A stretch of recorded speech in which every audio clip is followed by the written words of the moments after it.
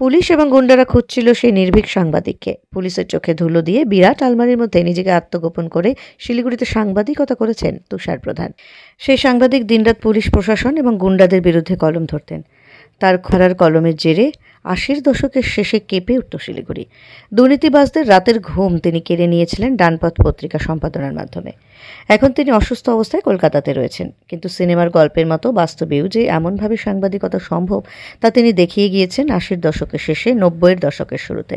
সেই প্রতিভাবান নির্ভীক সাংবাদিক তুষার প্রধান ওরফে মনোজ রাউতের লড়াইয়ের এক চাঞ্চল্যকর অথচ রোমহর্ষক ঘটনার টুকরো কাহিনী আজ সামনে এলো। সেই রোমহর্ষক ঘটনা হলো পুলিশ এবং গুন্ডাদের চোখে ধুলো দিতে দিনের পর দিন আলমারির মধ্যে নিজেকে আত্মগোপন করে রেখে কলম চালিয়ে গিয়েছেন মনোজবাবু। শিলিগুড়ি বর্ষিয়ান লেখক ও সাংবাদিক ডাক্তার রাজেন্দ্র প্রসাদ সিং মঙ্গলবার ১১ই মার্চ সেই চাঞ্চল্যকর খবরটি ফাঁস করলেন খবরের ঘণ্টার কাছে। প্রসঙ্গত, হোমিওপ্যাথি চিকিৎসক ডাক্তার রাজেন্দ্র প্রসাদ সিং ডানপথ পত্রিকার হিন্দি সংস্করণের দায়িত্বে ছিলেন। তিনি জানালেন, ডানপথ যখন গুন্ডা এবং পুলিশের দুর্নীতির বিরুদ্ধে কলম ধরছিল, তখন প্রায়ই গুন্ডা এবং পুলিশের কিছু কর্মী ডানপথের সম্পাদক তুষার প্রধানকে খুঁজতে বের হতো। কিন্তু তুষার প্রধান ছিলেন একগুঁয়ে অনমনীয় মনোভাবের। আপোষহীন সংগ্রাম তিনি চালিয়ে গিয়েছেন নির্ভীক ডানপথের মাধ্যমে। পুলিশ ও গুন্ডাদের চোখে ধুলো দিতে তুষারবাবু বেশ কিছুদিন শিলিগুড়ি হিলকার্ট রোডে ডাক্তার রাজেন্দ্র প্রসাদ সিংয়ের একটি চেম্বারের আলমারির মধ্যে নিজেকে আত্মগোপন করে রেখেছিলেন। কিন্তু কাঠের আলমারির মধ্যে কিভাবে একজন মানুষ দিনের পর দিন আত্মগোপন করে থাকতে পারেন? ডাক্তার রাজেন্দ্র প্রসাদ সিং বলেন, পারে। তার হোমিওপ্যাথি চেম্বারের পাশে বিরাট কাঠের আলমারি ছিল। সেই আলমারির পাকা দেয়ালের মধ্যে সেট করা ছিল। আলমারি বাইরে থেকে তালা দেওয়া থাকলেও ভেতরে একজন লোক অনায়াসে শুয়ে বসে কাজ করতে পারেন। তুষার প্রধান সেই আলমারির ভেতরে লুকিয়ে খবর লিখতেন। তখনকার দিনে আজকের মতো এত উন্নত প্রযুক্তি ছিল না। পুলিশ এবং গুন্ডারা তুষার প্রধানের খোঁজে সেই আলমারির সামনে দিয়ে বারবার ঘোরাঘুরি করলেও বুঝতে পারেন এই আলমারির ভিতরে লুকিয়ে তুষার প্রধান তাদের বিরুদ্ধেই কলম চালিয়ে যাচ্ছেন। পুলিশ এবং গুন্ডারা আলমারির সামনে থেকে বিদায় নিলে তুষার প্রধান আলমারি থেকে তার হাতের লেখা খবর ডাক্তার সিংয়ের হাতে তুলে দিলে সেই কাগজে লেখা খবর পৌঁছে যেত প্রেসে। সাংবাদিকতার ইতিহাসে এক নজিরবিহীন ঘটনা, এমনকি সিনেমার গল্পকেও তা হার মানায়। একবার তো শিলিগুড়ি দেশবন্ধু পাড়ার ভাড়া বাড়িতে রাতের বেলা পুলিশ ওয়ারেন্ট নিয়ে তুষার প্রধানকে গ্রেপ্তার করতে গেলে ঘরের দরজা বন্ধ করে ঘরের মধ্যে ন্যাড়া মাথা হয়ে শরীরে নামাবলী জড়িয়ে এবং কপালে তিলক কেটে পুলিশের সামনে দিয়ে চম্পট দেন তুষারবাবু। এমনকি পুলিশ যাকে খুঁজতে বেরিয়েছে সেই নামাবলী জড়ানো ন্যাড়া মাথার তুষার প্রধানকে কোনো পুরোহিত ভেবে পুলিশ কর্মীরা জিজ্ঞেস করেন, তুষার প্রধান কি এ বাড়িতে থাকেন? জবাবে তুষারবাবু বলেন, বলতে পারছি না, আমি চিনি না তুষার প্রধানকে। সেসব রোমাঞ্চকর অভিজ্ঞতার সাক্ষী তথা নির্ভীক সাংবাদিক ও লেখক ডাক্তার সিংকে মঙ্গলবার তার গুরুং বস্তির বাড়িতে গিয়ে সম্বর্ধনা প্রদান করে খবরের ঘণ্টা। নমস্কার দর্শক বন্ধুরা, আজকে আমরা উপস্থিত শিলিগুড়ি গুরুং বস্তিতে, যার সঙ্গে আপনার পরিচয় করাবো। অত্যন্ত গুণী একজন মানুষ, অনেক পরিচয় তার রয়েছে। প্রথমত আগে বলবো যে একজন নির্ভীক সাংবাদিক, বহুদিনের পুরনো, আজকের নয়, 1988-89 সাল থেকে ওনার সঙ্গে আমার পরিচয়, সেটা পরে আসছি। তার আগে এই মুহূর্তে বলে নিই, দীর্ঘ লড়াই সংগ্রাম, নির্ভীকতা সাংবাদিকতায় কখনো তিনি হেরে যাননি। উনি একটি পত্রিকা প্রকাশ করেন, হিন্দি পত্রিকা, প্রতি মাসে, নাম হচ্ছে আপকা তিস্তা হিমালয়। প্রতি মাসে এটা পত্রিকাটি প্রকাশিত হয়। ওনার একটি সোশ্যাল মিডিয়া রয়েছে, the sun express, Siliguri Gurung বস্তিতে। তার সঙ্গে উনি এখন আমরা যেখানে এই ভিডিও রেকর্ডিং করছি, একটি গ্রন্থাগার, ওনার বাড়ির মধ্যে উনি একটি বিরাট গ্রন্থাগার তৈরি করেছেন। আজকের দিনে এরকম বাড়ির মধ্যে এত সুন্দর গ্রন্থাগার এবং সমস্ত মনীষীদের সব ছবি আপনাদের এই ভিডিওতে দেখতে পাবেন, যে কি সুন্দর একটি গ্রন্থাগার বাড়ির মধ্যে তৈরি করেছেন। উত্তরবঙ্গ হিন্দি গ্রন্থাগার। ডাক্তার রাজেন্দ্র প্রসাদ সিং শুধু নির্ভীক সাংবাদিক নন, একজন ব্যতিক্রমী প্রতিভাবান ব্যক্তি। তিনি হোমিওপ্যাথি ডাক্তারও, বিভিন্ন তার গুণ রয়েছে। শিলিগুড়ি যে হিলকার্ট রোড ব্যবসায়ী সমিতির যে হল ঘর, তার ঠিক নিচে ওনার চেম্বার রয়েছে, হ্যানিম্যান হোমিও হল। দীর্ঘদিন ধরে তিনি হোমিওপ্যাথি চিকিৎসা করেন। 1988-89 সালে তার সঙ্গে আমার প্রথম পরিচয় শিলিগুড়ির যে কোর্ট চত্বর, আদালত চত্বরে, সেখানে central press club of north Bengal তার নেতৃত্বে একটি অনশন আন্দোলন চলছিল। সেই অনশন আন্দোলনটি চলছিল কারণ যে কালিম্পংয়ের একজন চিত্র সাংবাদিক নির্মল রায় গোর্খাল্যান্ড আন্দোলনের সময় তার মুন্ডু কেটে চৌমাথার মধ্যে ঝুলিয়ে রাখা হয়েছিল। সাংবাদিক হত্যার প্রতিবাদে central press club of north বেঙ্গলের নেতৃত্বে সেই সময় আন্দোলন শুরু হয়েছিল এবং শিলিগুড়ি কোর্ট চত্বরে শুরু হয়েছিল অনশন। সেখানে তুষার প্রধান, উদয় গোবিন্দ বর্মন রায়, তারপর সুশান্ত আচার্য এবং আরো অনেকে সেই সময় ছিলেন।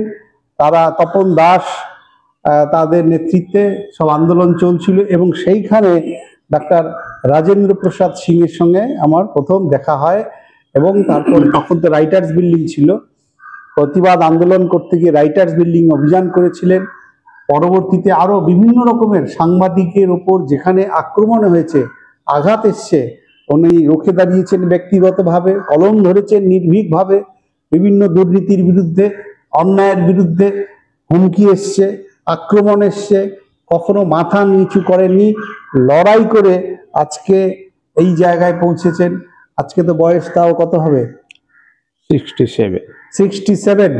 আর আমার সঙ্গে ওনার পরিচয় হয়েছিল 88-89।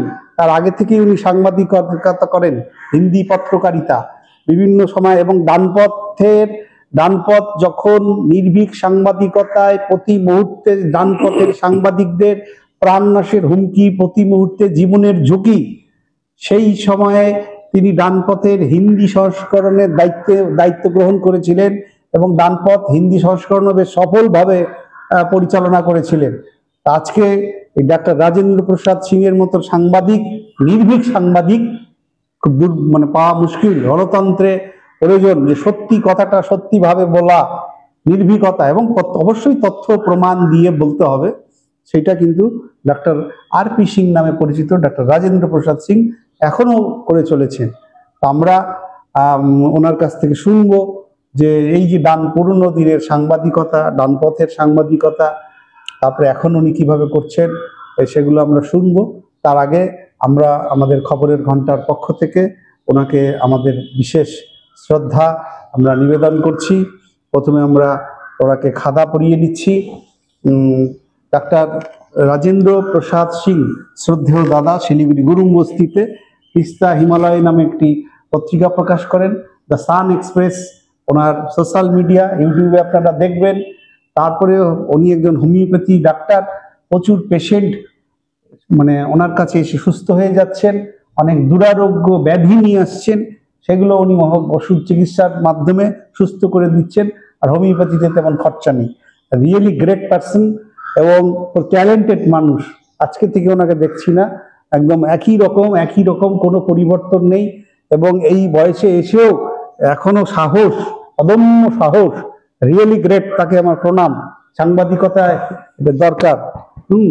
এবং তাকে আমাদের আমাদের যে মেমেন্টো বা স্মারক সেটা তুলে দিচ্ছি। দেশাত্মবোধ, সাংবাদিকতা উনি দেশাত্মবোধ নিয়ে করেন। আমাদের ন্যাশনালিজম, ভারতবর্ষের জাতীয় পতাকা রিফ্লেকশন রয়েছে এবং নেতাজি সুভাষচন্দ্র বোসের এখানে প্রতিকৃতি রয়েছে, দেশের ম্যাপ রয়েছে।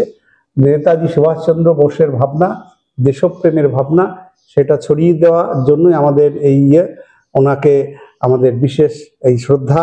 আপনি ভালো থাকবেন, সুস্থ থাকবেন, আপনার আরোগ্য কামনা করি সবসময়, যাতে আপনি ভালো থাকেন।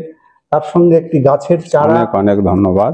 গাছের চারা তুলে দিচ্ছি আমরা সকলকে, প্রতীক একটা লাভ ইন গ্রিন এনভায়রনমেন্ট। আমরা চাই বিশ্ব উষ্ণায়নের বিরুদ্ধে সবাই আওয়াজ তুলুক।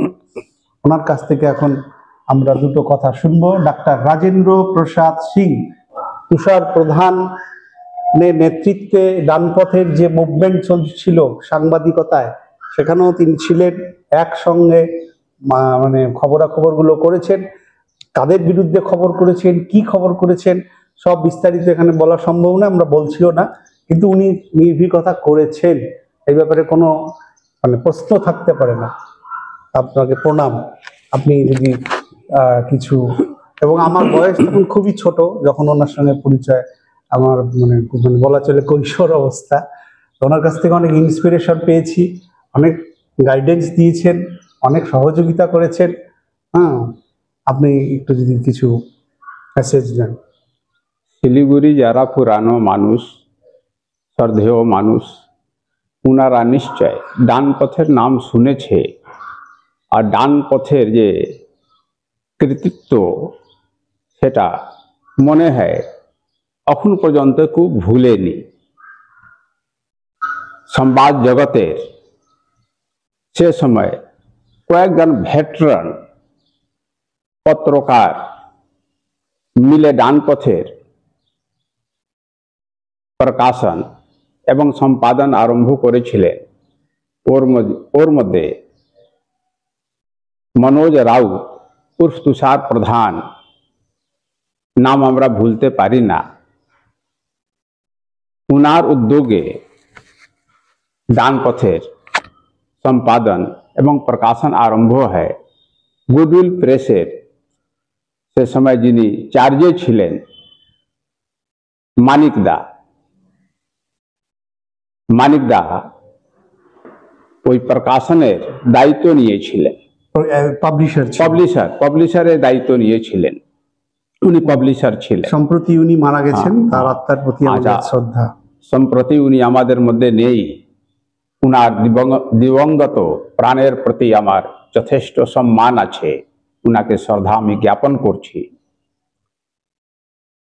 আজকে যে পত্রকারিতা এবং সে সময় আমরা যখন করেছিলাম আরম্ভ ডানপথ সমাচার, সে সময় অনেক কিন্তু তফাৎ হয়ে গেছে। আমরা সৎ সাহস নিয়ে, কর্তব্যবোধ নিয়ে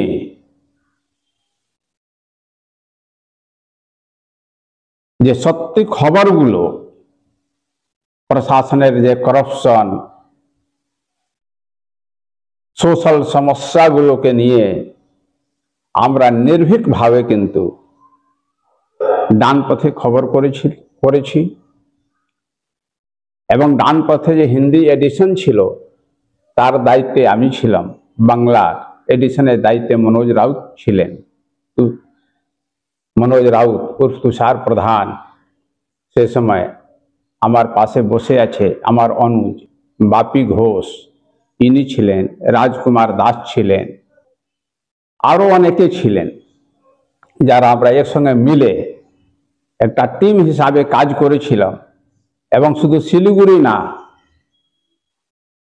পুরো উত্তরবঙ্গ একটা হইচই হয়ে গেছিল ডান পথের খবর নিয়ে। যে খবরগুলো 2 দিন 4 দিন পরে মানুষ জানতে পারত, সে খবরগুলো আমরা সঙ্গে সঙ্গে মানুষের হাতে ডান পথের মাধ্যমে তুলে দিতাম। সকালে খবর, বিকালে মানুষ পেয়ে যেত। এরকম কিছু খবর ছিল যে ঘটনাটা হবে, সমাজ বিরোধীরা, অ্যান্টি সোশ্যাল এলিমেন্টস গুলো ঘটনার আঞ্জাম দেবার একটা চেষ্টা চালাচ্ছে, তার আগে অনেক সময় আমরা ওই খবরগুলোকে প্রকাশ করেছি। তো যা হোক, সেটা একটা ইতিহাস আছে। আর ওই ইতিহাসের বিস্তৃতে আমি আজকে যেতে চাচ্ছি না, কারণ কি ওটা বলে এখন শেষ হবে না, ঘন্টা 2 ঘন্টার মধ্যে শেষ করা যাবে না। যা হোক, ডান পথ আজকে নেই, বন্ধ হয়ে গেছে। আর অনেকে জানে না কি যখন উচ্চ পদস্থ অধিকারীগুলো মনোজ রাউত উর্ফ তুষার প্রধানকে খুঁজে বেড়াচ্ছে গ্রেফতার করার জন্য, তখন তুষার প্রধান আমার ক্লিনিকের পিছনে একটা বড় আলমারি ছিল, ওই আলমারিতে ওনার থাকার এবং শোবার জন্য জায়গা তৈরি করা হয়েছিল আলমারির মধ্যে। এই ঘটনাটা অনেকে জানে না। অনেক সময় এরকমও হয়েছে কি কিছু গুন্ডা বদমাস ধাওয়া দিয়ে তুষার প্রধানের কে ধরতে আসছে, মারতে আসছে। ট্রেড ইউনিয়নের নেতারা মারতে আসছে, পুলিশ খুঁজতেছে। কিছু লোক বলছে আমরা দেখেছি একটু আগে এই গলির মধ্যে ওরা চারদিকে ঘুরে বেড়াচ্ছে, খুঁজতেছে। কিন্তু তুষার প্রধান সেই আলমারির মধ্যে বন্ধ আছে, বাহির থেকে তালা দেওয়া আলমারি, এবং পিছনে খোলা, তারপর ওয়াল, দেখার কোনো উপায় নেই। দিনের পর দিন তুষার প্রধান একটা আলমারি ভিতরে দিন কাটিয়েছে। এটা একটা অদ্ভুত ঘটনা, বিরল ঘটনা। পত্রকারিতা জগতের এই ঘটনা আজকে কেউ বিশ্বাস করবে না, কিন্তু পুরানো যারা বন্ধু বান্ধব, আমাদের সহকর্মী, ওরা অনেকটা এটা জানে। তো যা হোক, আজকে বাপি ঘোষ, জানি না কেন উনি অতদিন পরে আমাকে স্মরণ করেছেন। মাঝে মাঝে দেখা হয়, আমাকে খুব সম্মান দেন, আমারও স্নেহের পাত্র উনি। আমি এটাই কামনা করব, উনার যে চ্যানেল আছে ওটা ঠিক মতন চলে এবং উনি জীবনে সম্মান এবং উন্নতি জায়গাতে পৌঁছাতে পারেন। ওটা দেখে আমার যথেষ্ট খুশি হবে। অনেক অনেক ধন্যবাদ। প্রণাম প্রণাম।